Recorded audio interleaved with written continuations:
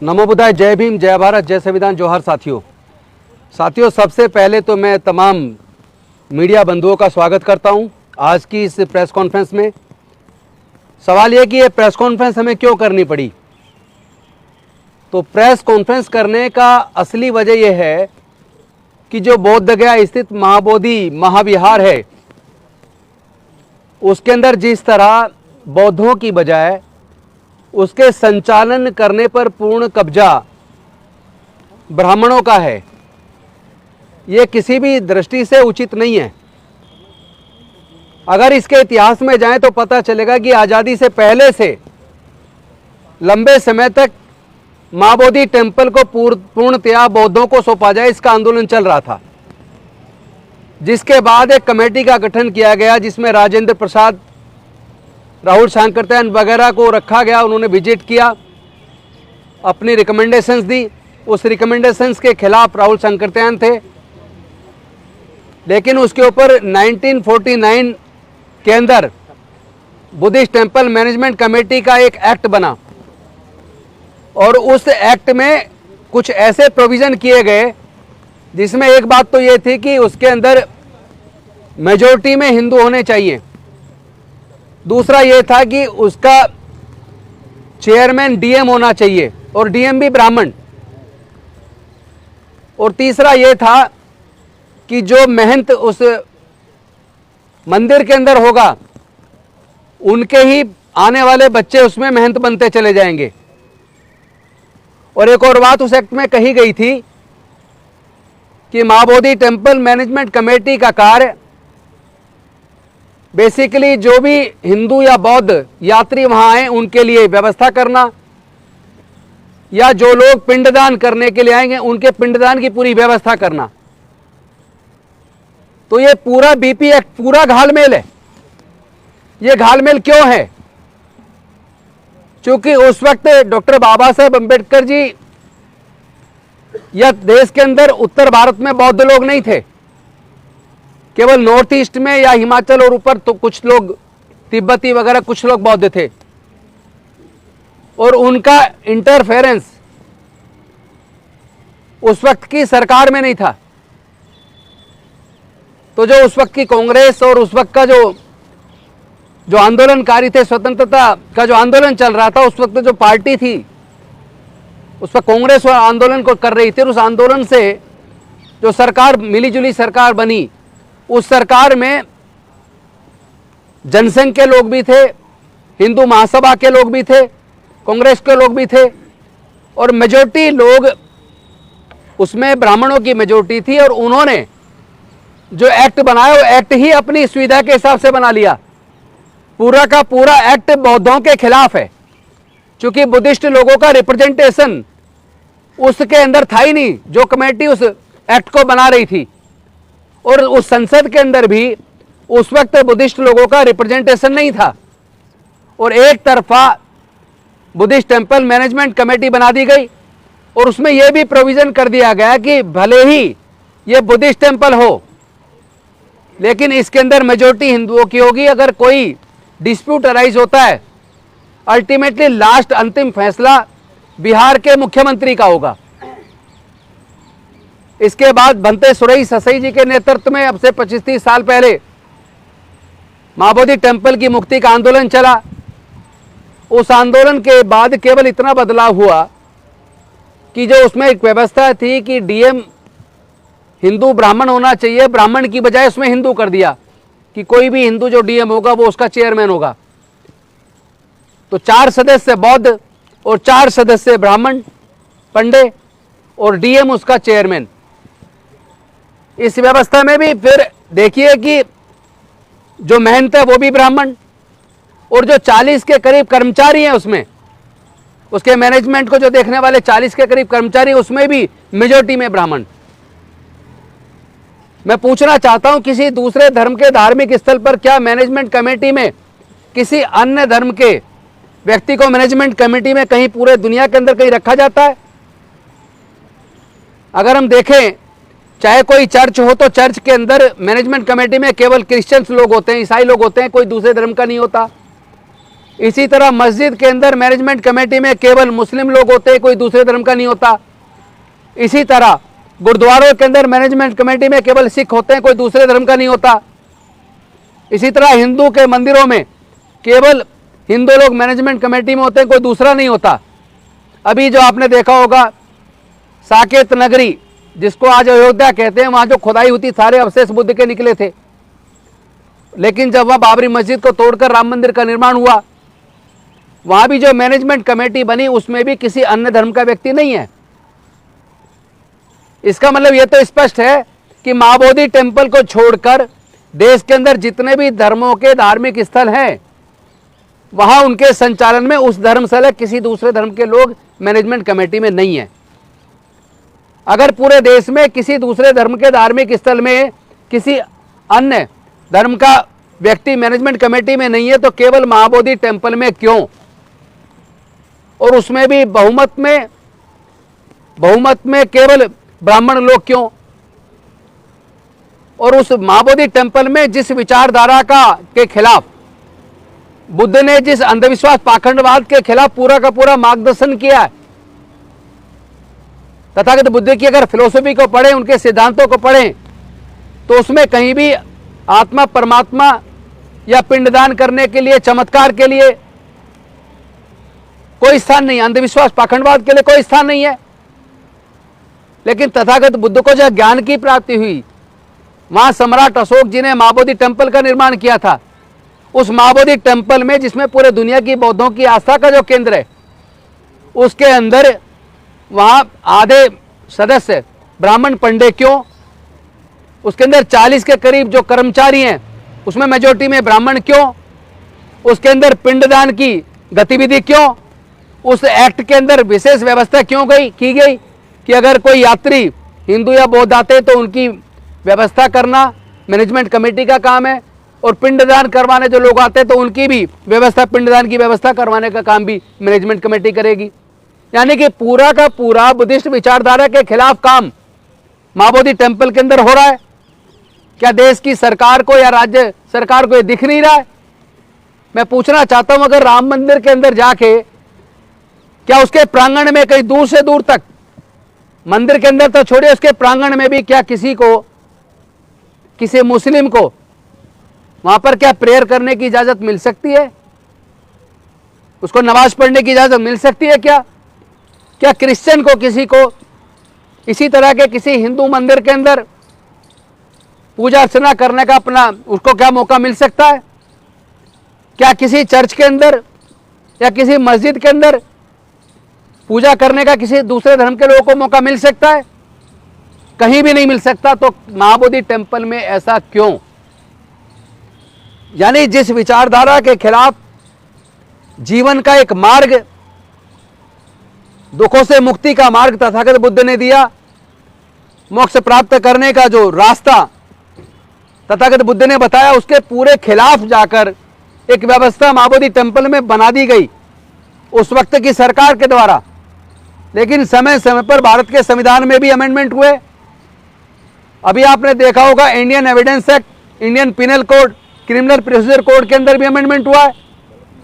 अगर बाकी कानूनों में समय के हिसाब से, जरूरत के हिसाब से अमेंडमेंट हो सकता है, या ऐसे अनेकों कानूनों को रद्द भी किया गया है इस सरकार के द्वारा, तो मैं पूछना चाहता हूं कि केंद्र की सरकार से भी और बिहार की सरकार से भी, विशेष रूप से नीतीश कुमार जी से, कि इस एक्ट को रिपील करने की डिमांड वर्षों से चल रही है कि इस बीटी एक्ट 1949 एक्ट को रद्द किया जाए और इसके स्थान पर दूसरा एक्ट लाया जाए, जिससे यहां अंधविश्वास पाखंडवाद वाली सारी गतिविधियों को बैन लगाया जाए, इसका पूर्ण संचालन बौद्धों को सौंपा जाए, और उसमें ब्राह्मणों का कोई इंटरफेरेंस या मैनेजमेंट कमेटी में सदस्यता नहीं होनी चाहिए। इन्हीं मांगों को लेकर हम लोग लगातार पिछले 12 तारीख से हमारे लोग भूख हड़ताल पर हैं। पूरे देश के अनेकों जिलों में लोग धरना प्रदर्शन करके ज्ञापन सौंप रहे हैं। अभी 6 तारीख को भी फिर से प्रदर्शन है, फिर पूरे देश में 12 तारीख को प्रदर्शन है। और हम लोग भी आज यहाँ से जा रहे हैं बोध गया, कल सुबह पहुंचेंगे 9:30 बजे, और जाने के बाद वहाँ जो हमारे साथी या हमारे बौद्ध भिक्षु जो भूख हड़ताल पे बैठे हैं, हम उनसे मिलेंगे और उनसे मिलके इसकी आगे की रूपरेखा, यानी केवल ये धरने प्रदर्शन तक सीमित ना हो, बल्कि इसके लिए क्या क्या नीति बनाई जाए जिससे कि सरकार को इस बात का एहसास दिलाया जा सके कि ये आपकी जिम्मेदारी है। आप तुरंत बीटी एक्ट को रिपील कीजिए और नए एक्ट बनाने का प्रॉमिस कीजिए, अन्यथा ये मुद्दा भारत का नहीं पूरे दुनिया का मुद्दा पहले से ही बन चुका है। दुनिया के अनेक देशों में इस मुद्दे को लेकर धरने प्रदर्शन चल रहे हैं, भारत के अलग अलग जिलों में प्रदर्शन चल रहे हैं। और एक और सच्चाई मैं आप सबके सामने रखना चाहता हूं कि भारत के इतिहास को पढ़ने और खंगालने के बाद यह बात साबित हो जाती है कि देश के आदिवासी, देश के दलित, देश के पिछड़े और देश के कन्वर्टेड माइनॉरिटीज़ के लोग, चाहे वो सिख बने हों, चाहे वो ईसाई बने हों, चाहे वो मुस्लिम बने हों, उनका अगर इतिहास देखेंगे तो उनके भी पूर्वज, आदिवासियों के भी पूर्वज, दलितों के भी पूर्वज, पिछड़ों के भी पूर्वज और जो कन्वर्टेड रिलीजियस लोग हैं उनके भी पूर्वज, तमाम पूर्वज हमारे बौद्ध थे। और इतिहास ये भी बताता है कि पूरा भारत बौद्ध में था, लेके म्यांमार से ईरान, इराक तक। आपको याद होगा बामियान के अंदर उस वक्त तालिबान ने तोप के गोले लगाकर तथागत बुद्ध की उस प्रतिमा को तोड़ा गया था, खंडित किया था। इसी प्रकार आपको पता होगा नालंदा विश्वविद्यालय में बुद्धिस्ट साहित्य को जलाया गया था। और एक और मैं आपके सामने बात रखना चाहता हूं, तिरुपति बालाजी मंदिर के अंदर भी जो प्रतिमा है, वो जो मंदिर है, वो तथागत बुद्ध का मंदिर है। और इसके साथ साथ जो उड़ीसा के अंदर जगन्नाथ जी का मंदिर है, वो मंदिर तथागत बुद्ध का मंदिर है। यहां तक कि वहां तो उसके बारे में स्वामी विवेकानंद जी ने जो लिटरेचर लिखा है, उसके अंदर खुद स्वामी विवेकानंद जी ने इस बात को स्वीकार किया है कि उड़ीसा के जगन्नाथपुरी मंदिर सहित अनेकों बौद्ध मंदिरों को कब्जा करके हिंदुओं ने उसको हिंदू मंदिर के रूप में कन्वर्ट किया है। अगर इन तमाम, अब से 500 साल पहले तक हिंदू लोग कभी भी कोई मंदिर नहीं बनाते थे, कोई मूर्ति नहीं बनाते थे। मूर्ति बनाकर और वहां पूजा अर्चना करने का जो काम था वो केवल बौद्धों में था भारत में। तो 500 साल पुराने भारत में जितने भी बौद्ध मिलेंगे, जितने भी मठ मिलेंगे, जितने भी शिलालेख मिलेंगे, तमाम अवशेष इस ओर इशारा करते हैं कि भारत में सब केवल बुद्ध का अवशेष है। ये देखिए, ये अभिमन्यु दास जी ने लिखी है किताब, जिसके अंदर जगन्नाथपुरी के मंदिर के बारे में खुद स्वामी विवेकानंद जी ने कहा है।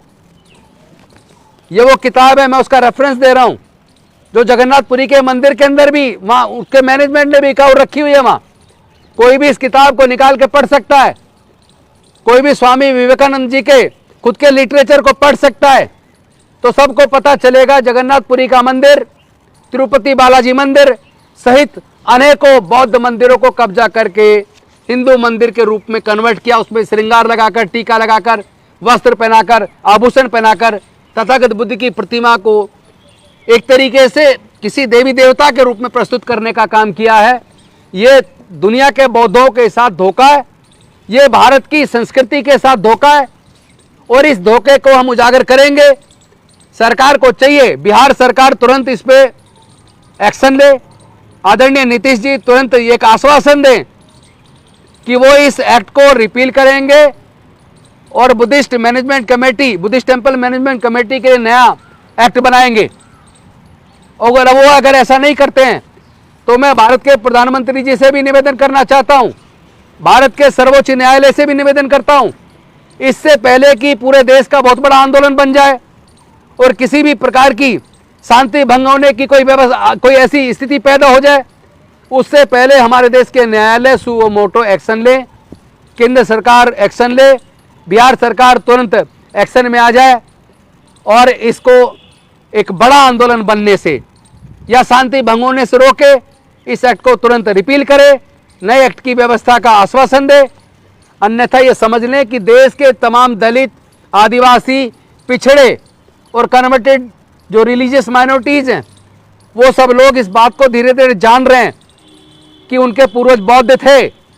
इसका मतलब भारत में 90% से ज़्यादा लोग बौद्ध थे और वो सारे एकजुट होकर पूरे देश के अंदर इसको एक बहुत बड़ा आंदोलन बनाने वाले हैं।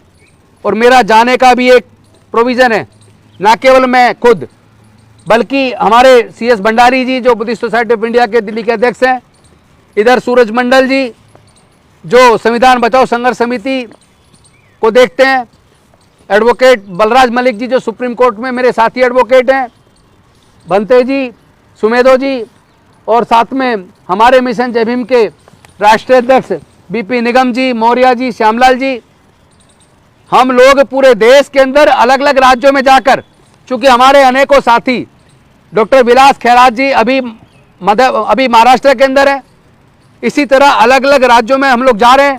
उधर आकाश लामा जी बैठे लेके सबको नेतृत्व कर रहे हैं। तो पूरा एक सामूहिक नेतृत्व है जिसके अंदर महाबोधि महाविहार मुक्ति आंदोलन के लिए जो एक समिति बनी है, उसमें देश के तमाम सामाजिक संगठन, तमाम रिलीजियस संगठन, SC ST OBC के संगठन, सब लोग एकजुट होकर इसको राष्ट्रीय आंदोलन बनाने के लिए लग गए। पूरे देश के अलग अलग राज्यों में हमारी टीम जा रही है और सब लोग मिलके इस आंदोलन को इतना बड़ा करने वाले हैं। मैं चाहता हूं कि केंद्र सरकार पहल करे, बिहार की सरकार नीतीश जी के नेतृत्व में पहल करके इस BT एक्ट को तुरंत रिपील करे और नए एक्ट बनाने का आश्वासन दे, अन्यथा ये भारत का अब तक का सबसे बड़ा आंदोलन होने वाला है। और फिर ये आंदोलन केवल महाबोधि टेम्पल की मुक्ति तक सीमित नहीं रहेगा। उसके बाद तो जितने भी तथागत बुद्ध से संबंधित मंदिर मठ हुए हैं पूरे देश के अंदर, जहां जहां उन्होंने कब्जा करके उसको दूसरे मंदिर के रूप में तब्दील किया है, फिर उस लड़ाई को, उनको भी मुक्त कराने की लड़ाई को लड़ा जाएगा। क्योंकि साकेत के अंदर, अयोध्या के अंदर जो खुदाई में निकले अवशेष सारे बुद्ध के निकले, मथुरा के अंदर जो अवशेष निकले सारे बुद्ध के निकले, देश के अंदर 2000 के आसपास गुफाएं हैं, उनमें से 99% गुफाओं के अंदर जो अवशेष हैं, मूर्तियां, वो तथागत बुद्ध की हैं। जितने भी शिलालेख निकले पूरे देश में तथागत बुद्ध के हैं। तो अब समझ लीजिए, सरकार से निवेदन कर रहे हैं, माननीय सर्वोच्च न्यायालय से भी निवेदन कर रहे हैं, इस विषय की गंभीरता को समझिए। अभी तो यह मुद्दा केवल महाबोधि टेम्पल महाविहार की मुक्ति तक सीमित है। अगर आप लोग इस पे कार्रवाई नहीं करते हैं तो हम इसको राष्ट्रीय आंदोलन भी बनाएंगे और तथागत बुद्ध से संबंधित जितने भी महाविहारों के ऊपर कब्जे करके मंदिर के रूप में परिवर्तित किया गया है, उसको भी मुक्त कराने का आंदोलन बनाया जाएगा। अब आपको तय करना है, आप यही समस्या का समाधान करना चाहते हैं या इस छोटी बीमारी को कैंसर के रूप में आप विकसित करना चाहते हैं।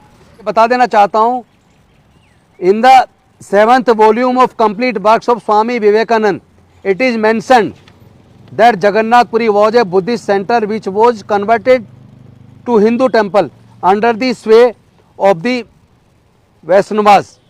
What Hindus think about this? तो ये उनके खुद के वॉल्यूम 7 के अंदर है। कोई भी इसको जांच सकता है, चाहे कोर्ट जांच ले, चाहे सरकार जांच ले, चाहे वो लोग जो लोग अवैध कब्जा करे बैठे हैं हमारे सारे मंदिरों पर, वो भी इसकी जांच पड़ताल कर सकते हैं। और इसके साथ साथ मैं तमाम देश के लोगों से निवेदन करता हूं, तमाम अम्बेडकरवादी बुद्धिस्ट लोगों से, तमाम दलित पिछड़ों से, जो लोग इस बात को मानते हैं कि हमारे पूर्वज बौद्ध थे, वो अपने अपने जिले से चिट्ठियां लिखकर राष्ट्रपति जी को भी और प्रधानमंत्री जी को भी, नीतीश कुमार जी को भी और वहाँ के DM को भी आप चिट्ठी लिख के अवगत कराएं और उनसे डिमांड करें कि तुरंत यहाँ से ब्राह्मणों को बाहर किया जाए, इस एक्ट को रिपील किया जाए।